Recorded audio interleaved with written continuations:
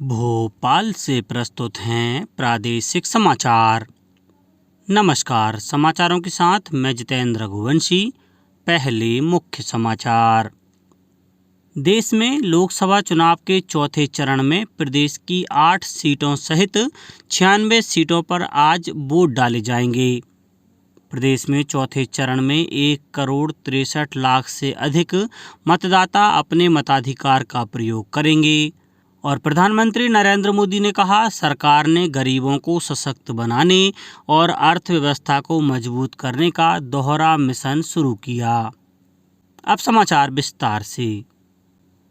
देश में लोकसभा चुनाव के चौथे चरण में 9 राज्यों और 1 केंद्र शासित प्रदेश की 96 सीटों के लिए वोट डाले जाएंगे।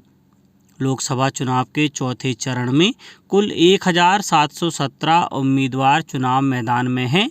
मतदान के लिए 1,92,000 केंद्रों पर 19 लाख से अधिक चुनाव कर्मी तैनात किए जाएंगे।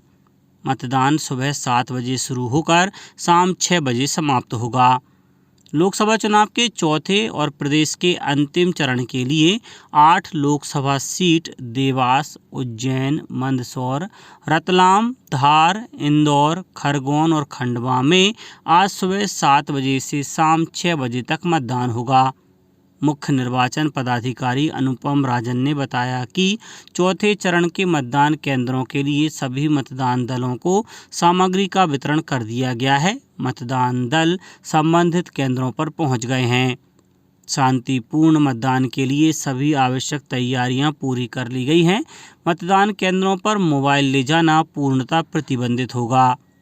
प्रदेश में चौथे चरण की 8 लोकसभा संसदीय क्षेत्रों में मतदान दिवस के दिन आज सार्वजनिक तथा सामान्य अवकाश रहेगा। भारत निर्वाचन आयोग के वोटर टर्नआउट ऐप पर मतदान प्रतिशत की अद्यतन जानकारी उपलब्ध रहेगी। इस ऐप से नागरिक हर 2 घंटे में दर्ज हुए मतदान प्रतिशत के बारे में जानकारी ले सकेंगे। वोटर टर्नआउट ऐप नागरिकों को गूगल प्ले स्टोर पर जाकर डाउनलोड करना होगा। प्रदेश में आज आदिवासी बहुल मालवा निमाड़ क्षेत्रों में फैली 8 सीटों इंदौर, धार, रतलाम, खंडवा, उज्जैन, मंदसौर, खरगोन और देवास में मतदान होगा। यह 8 संसदीय सीटें 64 विधानसभा क्षेत्रों और 16 जिलों में फैली हैं। खास बात यह है कि 8 में से 5 सीटें आरक्षित हैं, इसलिए इन सीटों पर 50 लाख से ज़्यादा आदिवासी वोट निर्णायक भूमिका में हैं। पेश है एक रिपोर्ट। प्रदेश में चौथे चरण की 8 लोकसभा संसदीय क्षेत्रों के लिए 79 उम्मीदवार चुनाव मैदान में थे, जिसमें 74 पुरुष और 5 महिला उम्मीदवार हैं। सबसे अधिक 14 उम्मीदवार इंदौर में और सबसे कम 5 प्रत्याशी खरगोन में हैं। इस चरण के कुछ खास उम्मीदवारों में इंदौर से मौजूदा सांसद शंकर लालवानी, रतलाम से कांतिलाल भूरिया, खंडवा से ज्ञानेश्वर पाटिल, खरगोन से गजेंद्र सिंह पटेल, मंदसौर से सुधीर गुप्ता, उज्जैन से अनिल फिरोजिया, देवास से महेंद्र सिंह सोलंकी और राजेंद्र मालवीय शामिल हैं। चौथे चरण के 8 संसदीय क्षेत्रों में कुल 1,63,00,000 से ज़्यादा मतदाताओं के लिए 18,000 मतदान केंद्र बनाए गए। मतदाताओं में करीब 82,48,000 पुरुष, 81,22,000 महिला और 388 मतदाता थर्ड जेंडर के थे। इस चरण में 18 से 29 साल के करीब 45 लाख मतदाताओं की भूमिका अहम मानी जा रही है। मुख्य निर्वाचन पदाधिकारी अनुपम राजन ने सभी मतदाताओं से मतदान जरूर करने का आग्रह किया है। उन्होंने कहा है कि मतदाता लोकतंत्र के संरक्षक हैं, इसलिए मतदान जरूर करें। मतदाता प्रदेश के जिम्मेदार नागरिक हैं एवं सदैव अपने कर्तव्यों का निर्वहन करते रहे हैं। लोकतंत्र में हर एक वोट महत्वपूर्ण है। उन्होंने आग्रह किया कि अपने परिवार के समस्त मतदाताओं के साथ वोट देने मतदान केंद्र पर अवश्य जाएं। मतदान केंद्रों पर सभी व्यवस्थाएं सुनिश्चित की हैं। मुख्य निर्वाचन पदाधिकारी अनुपम राजन ने बताया है कि लोकसभा निर्वाचन के चौथे चरण में 8 संसदीय क्षेत्रों में 1,63,70,654 मतदाता 13 मई को मतदान करेंगे।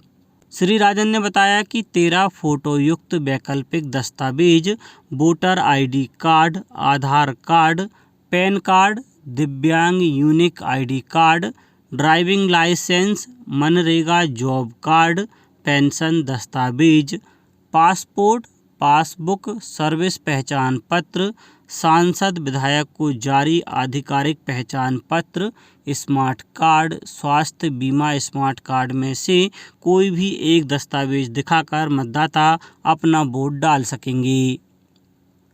प्रधानमंत्री नरेंद्र मोदी ने एक समाचार पत्र को दिए साक्षात्कार में उल्लेख किया है कि उनकी सरकार ने गरीबों को उनकी मूलभूत ज़रूरतों को पूरा करके उनको सशक्त बनाने और व्यापक सुधारों के माध्यम से देश की अर्थव्यवस्था को मजबूत करने का दोहरा मिशन शुरू किया है।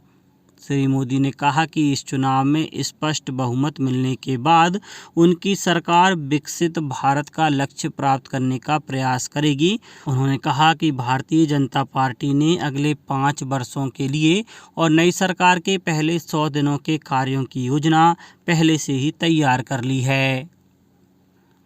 इंडोनेशिया के पश्चिम सुमात्रा प्रांत में भीषण बारिश आई।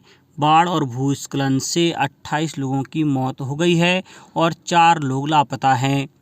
अफगानिस्तान में भी बाढ़ से करीब 315 लोगों की मृत्यु हो गई, जबकि 1600 से अधिक लोग घायल हैं और कई लोग लापता हैं। इस बाढ़ से अफगानिस्तान के कई प्रांत प्रभावित हुए हैं।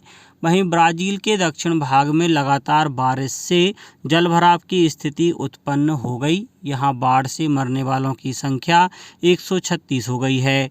बाढ़ से 20 लाख से अधिक लोग प्रभावित हुए हैं। 5,37,000 से अधिक लोगों को अपना घर छोड़ने पर मजबूर होना पड़ा है। अब बात मौसम की। प्रदेश के मौसम में उतार चढ़ाव बना हुआ है। कहीं आंधी बारिश तो कहीं तापमान 40 डिग्री के ऊपर पहुंच गया है। राजधानी भोपाल में भी कल बादल छाए रहे, जिससे गर्मी में कुछ राहत महसूस की गई। मौसम विभाग के अनुसार प्रदेश के कई क्षेत्रों में आंधी और बारिश की संभावना है। अगले 24 घंटों के दौरान राजगढ़, नर्मदापुरम, बैतूल, छिंदवाड़ा, पाढुरना, सिवनी, मंडला और बालाघाट में बारिश हो सकती है। अन्य जिलों में भी आंधी और बारिश की संभावना है। अब कुछ समाचार संक्षेप में। देवास संसदीय सीट के अंतर्गत आने वाले आगरमालवा जिले की आगर विधानसभा क्षेत्र में होने वाले मतदान के लिए बनाए गए 304 मतदान केंद्रों पर 2,35,367 मतदाता अपने मत का उपयोग करेंगे। और केंद्रीय जेल भोपाल में निरुद्ध बंदियों के स्वास्थ्य परीक्षण के लिए विशेष आयुर्वेद स्वास्थ्य परीक्षण एवं चिकित्सा परामर्श हेतु मेडिकल कैंप सह विधिक सहायता शिविर कार्यक्रम का आयोजन किया गया। अंत में मुख्य समाचार एक बार फिर। देश में लोकसभा चुनाव के चौथे चरण में प्रदेश की 8 सीटों सहित 96 सीटों पर आज वोट डाले जाएंगे।